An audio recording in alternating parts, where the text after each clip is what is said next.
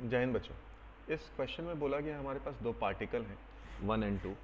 दोनों का मास दिया है हमारे पास m और m। तो ये दोनों पार्टिकल का मास दिया है हमारे पास m और m। इनको कनेक्ट किया गया एक मासलेस स्प्रिंग से एंड हॉरिजॉन्टल प्लेन पे रखे गए हैं जैसा कि फिगर में दिखा गया है।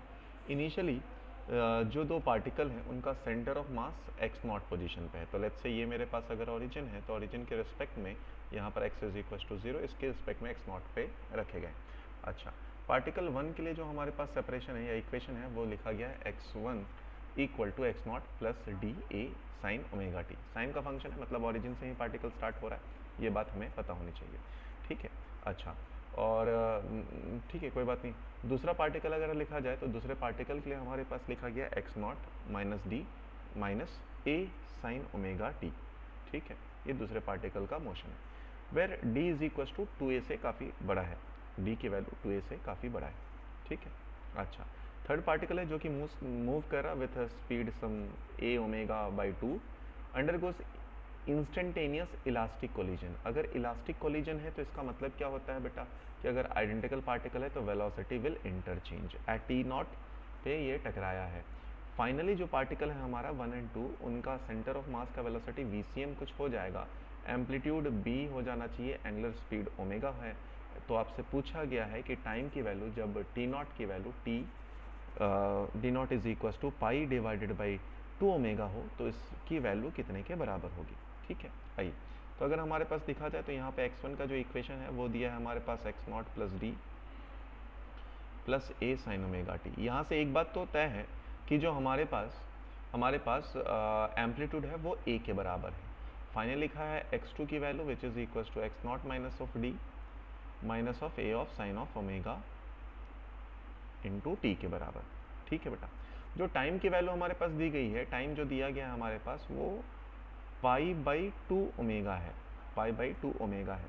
तो पाई बाई 2 ओमेगा अगर हम लोग लिखा जाए तो इस ये कितने के बराबर हो जाएगा, टाइम बाई 4 के बराबर है, या टी नॉट जो भी टाइम होगा, टी की वैल्यू टोटल टाइम बाई 4 के बराबर है।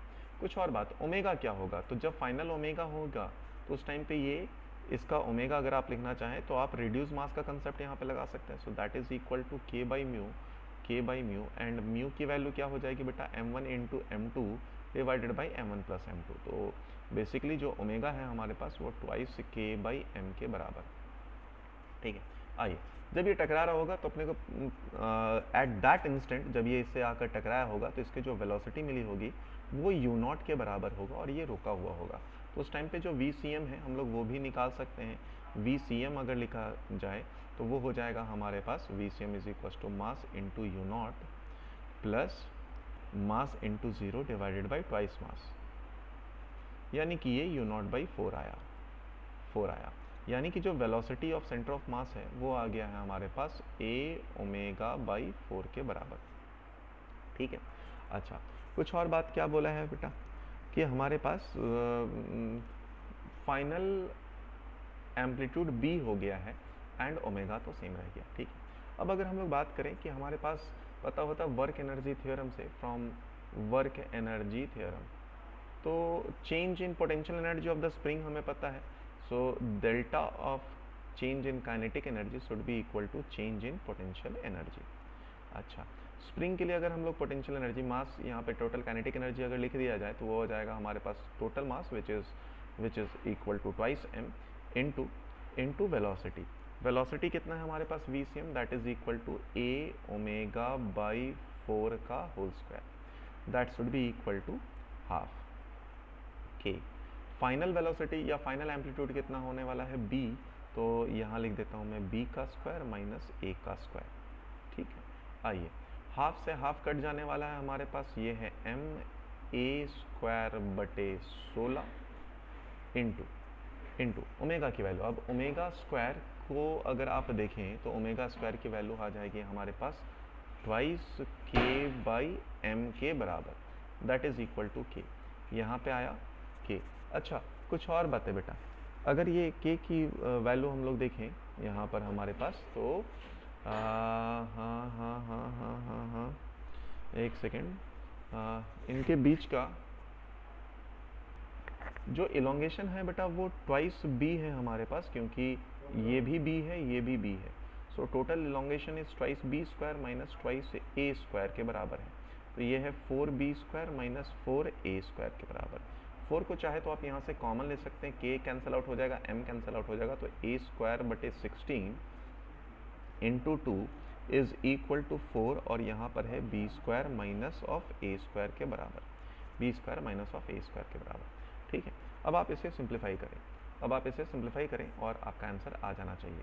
तो अब आप इसे सिंप्लीफाई करिए। कुछ एक सेकेंड, 2 k बाई टू, एक 2 यहाँ पर बाकी था, तो एक 2 यहाँ पर बाकी था, एक 2 यहाँ पर बाकी था, तो ये 4 कट जाएगा।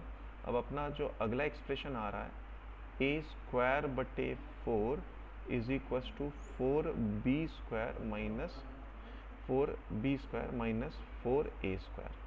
ठीक है, तो 4b square by A square की वैल्यू कितने के बराबर आ जाएगी, 1/4 प्लस 4, यानी आया ये 4.25 के बराबर। ये हो जाएगा इसका फाइनल आंसर।